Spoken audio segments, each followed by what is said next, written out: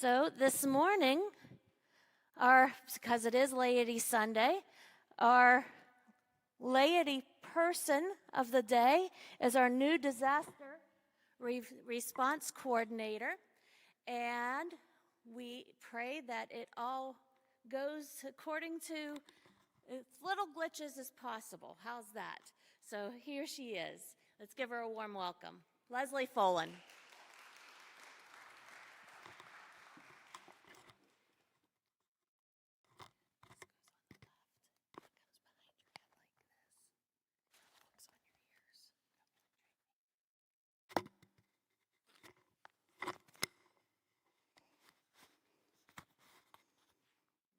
All right. Good morning.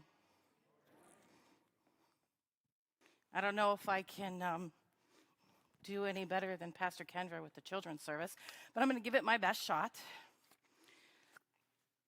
I'm going to use her step too. I feel tall. So, my name is Leslie Foland. I guess in 2021, I actually said yes to being the Erie Meadville Disaster Response Coordinator. I didn't know what it was or what the job was. I had a rough idea. I thought I had a rough idea. And so I said yes, because when God calls you, you say yes, right?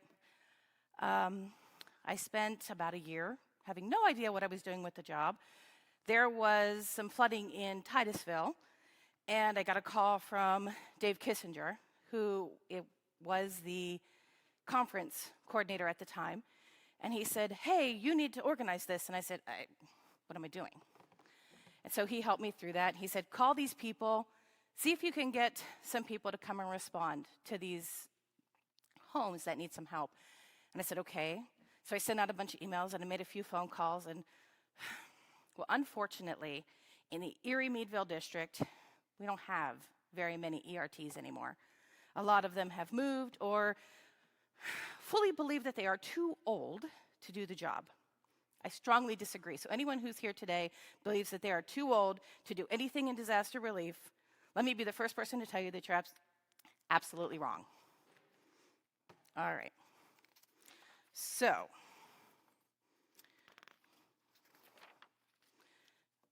I thought I'd begin today by kind of defining what a disaster is. And of course, Webster's a great definition for that. He says it's a sudden disaster or a sudden event or a series of events that cause great damage, loss, or destruction to a community or a society. Disasters can be separated into two categories: natural or man-made. Earthquakes, floods, hurricanes, tornadoes, accidents, fires, explosions. A disaster affects a community's ability to cope using its own resources and may require external assistance. Has anyone here ever experienced a disaster? Pastor Kendra has. She had a church that flooded, and disaster response actually responded to that. So I have. In 1996, in Brookville, Pennsylvania, a little town about 2 hours southeast of here, heavy rains caused their dam to fail. Water flooded and took out several roads, many homes, and quite a difficult situation for everyone. Sometimes disasters can be less large. And this is one of the nice things about disaster response. So what if you had a pipe burst in your house and your house flooded? You have a basement full of water now because you went away for the weekend and came back and you had a mess. Disaster response can help you with that. I had a friend who had that happen once. I didn't know about disaster response, and let me tell you, they probably really could have used the help that's available. All right, so now that we know what a disaster is, let's talk about what disaster response is. And I mean, it seems simple, right? It's responding to the disaster. But it's also the actions that you take before, during, and in the aftermath of disaster. There are 4 phases to disaster response. Readiness. Does your church have a plan for preparing for or responding to a disaster? How will you help your community prepare for disaster? The second stage is rescue. And this is best left to the professionals. This is when the disaster strikes and the rescue begins. This is where your EMTs, your fire, your police are going to be responding. The third stage is relief. And that's where I come in, because now I currently wear 2 hats. So if there's anyone here who wants one of my hats, let me know, because I'd be happy to give it to you. Because I am also the Erie-Meadville Disaster Response Coordinator. I don't know if I'm allowed to wear 2 hats, but no one's told me I had to put one down yet. So this is where I'm going to start helping get things organized. But I'm going to need the help of our local churches. We're going to have to do damage assessments. We're going to need to figure out what the needs are of our community. So what can you do? You're going to go out and talk to your neighbors. You're going to find out who needs help and what kind of help do they need. This is going to help your district disaster response coordinator, who's me, and your conference disaster response coordinator, who's also me, figure out whether or not this disaster can be handled within our local community, or we need to pull in some outside help. And the third stage is going to be recovery. First thing to keep in mind is that the local area owns their disaster. So it's up to us to determine whether or not we need help and if we want to call people in to do that. So your district disaster response coordinator will begin to organize the teams of ERTs to help get whatever services are needed to the homes, businesses, and other locations within your community. Recovery is divided into 2 phases. Short term, which is restoration of your critical functions, damage assessments, debris removal, restoring power and water, and providing temporary housing. And then there's long term, and that's going to be the rebuilding of the physical, social, and emotional, and economic workings of the community. And that can take years to do.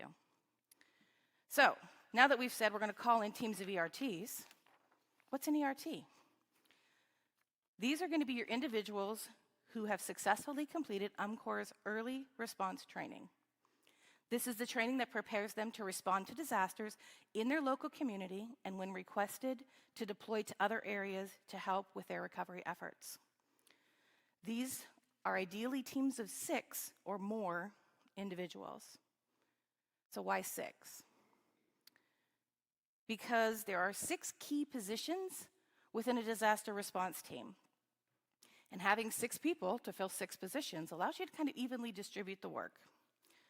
So what are those positions? You're going to have a team leader and an assistant team leader. Their job is very similar. The team leader is going to possess the overall understanding of what early response is and does.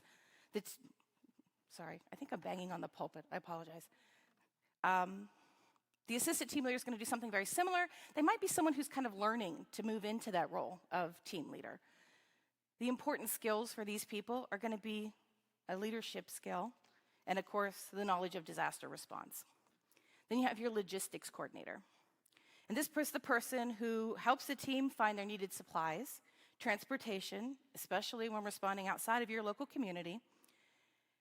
And they're also going to be responsible for site safety. And site safety is really important because we never want to send people into some place where they're going to get hurt. They're going to make sure that there's no power in the building. They're going to make sure that the structure is secure. Then we have our base camp manager. This person arranges for the food, the water, the meal prep, possibly someplace for the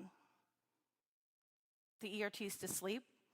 And this could be because we're responding to a disaster far from home, or maybe because we have people coming into our community who are going to help us with a disaster and we need someplace for them to stay.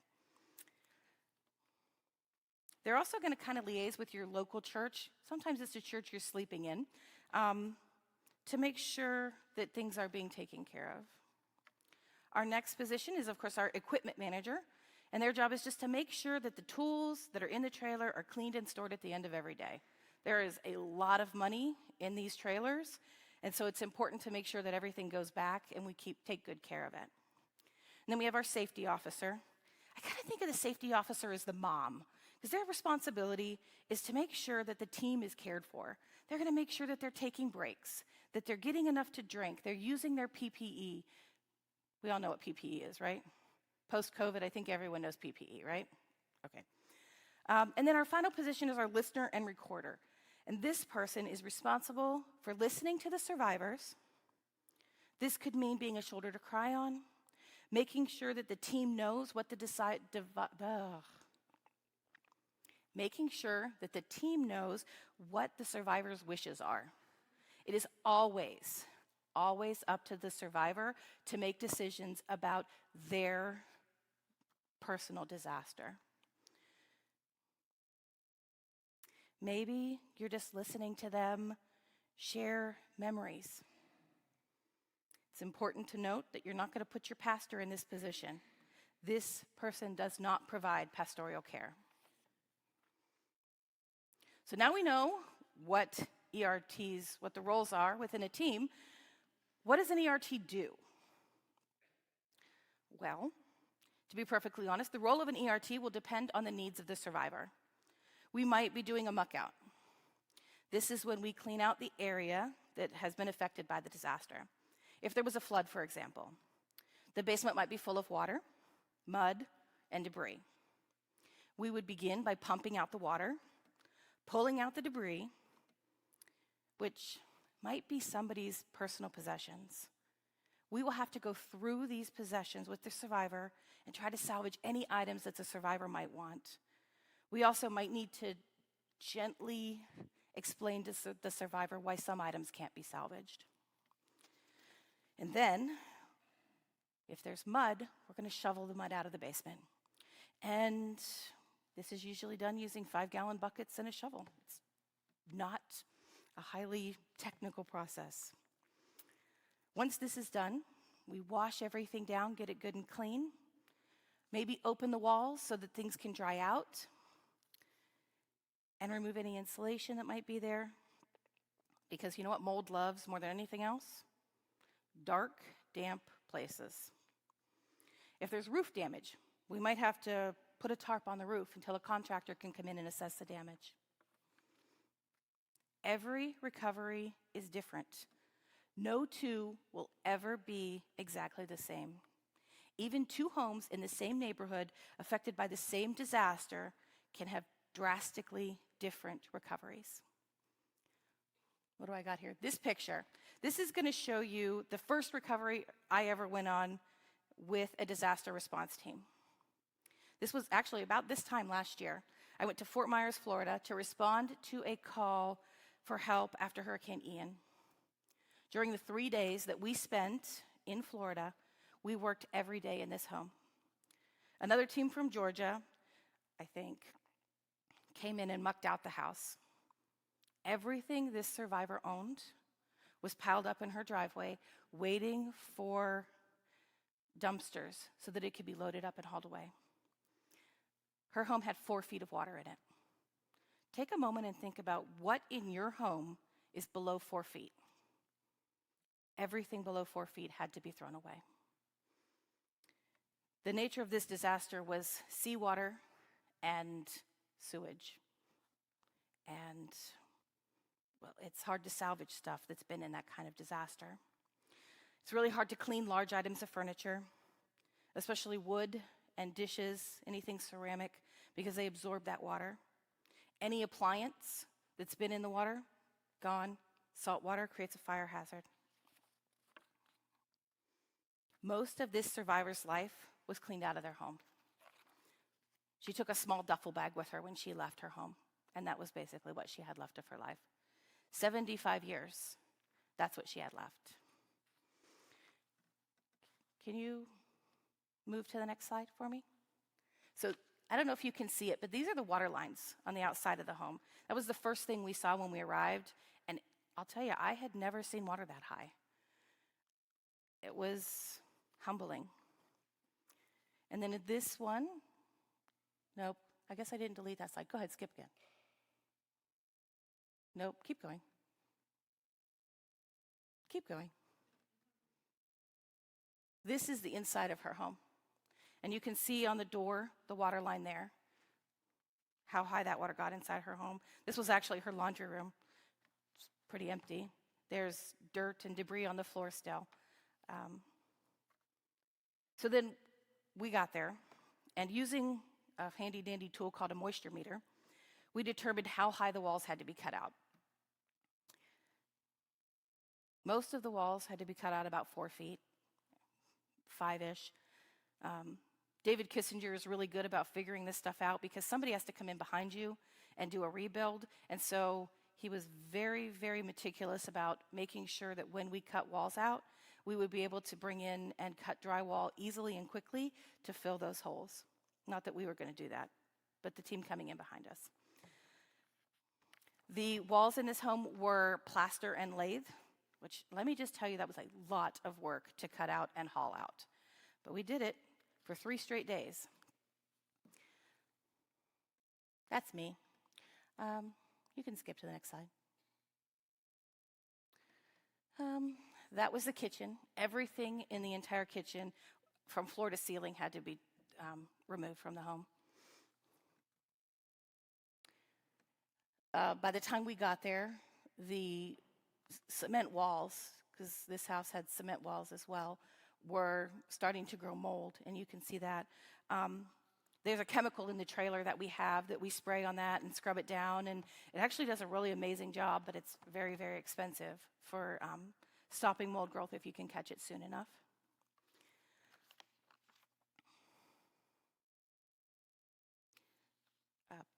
Pastor Kendra kind of briefly talked about how UMCOR responds to disasters, and right now, this year, there are 6 events that,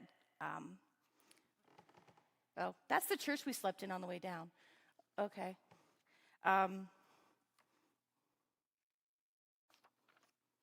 6 events that UMCOR is currently responding to across the country. The most recent, and most relevant maybe to us, is that in Bucks County in mid-July, there was flooding and a lot of damage, loss of life, things like that. And UMCOR is responding to that one. All right, so let's talk about what's next. I think the first thing you guys need to make sure you do is create a disaster plan so that you're prepared to help your community when a disaster happens, before and after, because sometimes you know something's coming, a hurricane or, I don't know, probably flooding. I don't think Meadville has a lot of flooding. Do you guys have a lot of flooding here? No? I mean, Titusville is really bad. They tend to flood often, and they're just down the road from you guys. So I hear that you guys are going to build cleaning buckets today, and that is a really great way to help. But can you find a place to store 50 to 100 buckets here? Because they're going to be really important in your local community if there's a disaster. Don't get me wrong, the Mission Barn is amazing. But if you have a flood in your area and you have to wait for someone to go to the Mission Barn and get buckets and bring them back here, that's valuable time that's lost. So if you have a place you can store 50 to 100 buckets, I recommend that you do. But you know what else you can do? You can volunteer. You can volunteer and take the training and become an ERT. In Western Pennsylvania Conference, there are only 189 ERTs. 11 of those have expired training. In the Erie-Meadville district, we have 10. So who will answer the call when we have a disaster in our community? So Dennis Swineford has issued a challenge. Did you guys hear this at your charge conference? To build cleaning buckets. Franklin District recently finished theirs. And just in case you guys were looking for a goal, they have 39 churches and they built 379 cleaning buckets, valued at $28,425. 131 hygiene kits, valued at $1,572. And monetary donations in the amount of $16,092.82 for a total value of $46,089.82. Can Erie Meadville do better than that? I hope so. I'd like to see our numbers be higher. So, I was going to ask you for questions, but now I'm going to share a little piece of information with you. My husband and I currently have, and probably will for a very long time, custody of our grandson, Riker. He is medically complex. He has a lot of medical issues. And I'm not telling you this because I want sympathy or praise. I'm telling you this because I accepted the position of disaster response coordinator to the Western Pennsylvania Conference because I believe so strongly in this mission. I have told people for about the last 3 years that disaster relief is the United Methodist best kept secret. Nobody knows we exist. And when you have a program as amazing as this, who goes in and helps communities recover after terrible disasters, everybody needs to know. And the way that people learn this and know it is by coming into the churches and telling people, by recruiting ERTs to be part of our program. And when you see someone who has a disaster, let them know that this program exists and we're here to help them. It's free. Everybody involved in disaster relief, I'm a volunteer. I was a volunteer as the district and on the conference level. I do this for free. I do it because helping people is one of those things that I'm very passionate about. So, do you have any questions? When is the next training? That is an amazing question. I actually don't know because I'm not trained to train yet, but we are going to be having a Train the Trainer training, say that 5 times fast, in either January or February. So I intend to have a ERT training in the Erie-Meadville area in March or April. And if you are interested in that, which I hope that you are, you'll let Kendra know, and she'll either get you my information or she'll get that information to me so that we can coordinate that. What other questions do we have? Anything else? Yes? How do you coordinate with the international organizations like the Red Cross and Salvation Army? So there is an organization called VIM, Volunteers in Mission, and we have meetings, mostly by Zoom because people are all over the place, and so when there is a disaster, someone owns that disaster within the local community. It might be the United Methodist Church, it might be the Red Cross, and there's like 5 or 6 other organizations, and I wasn't prepared to answer this question, but those people, one of those groups is going to own that disaster, and they're going to do assessments of homes, for example, and then they'll have a list. There's a website, bulletin board thing that lists all the homes, and then different organizations go in and they claim those homes, and then they're responsible for making sure that the starting of that process is done. It's important to recognize that ERTs will never spend more than 3 straight days on any recovery.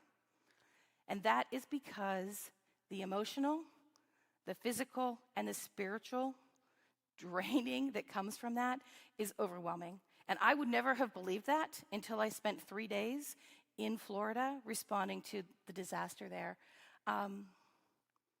We were up before the sun, and we did not come back into that church and shower in these amazing little trailer showers.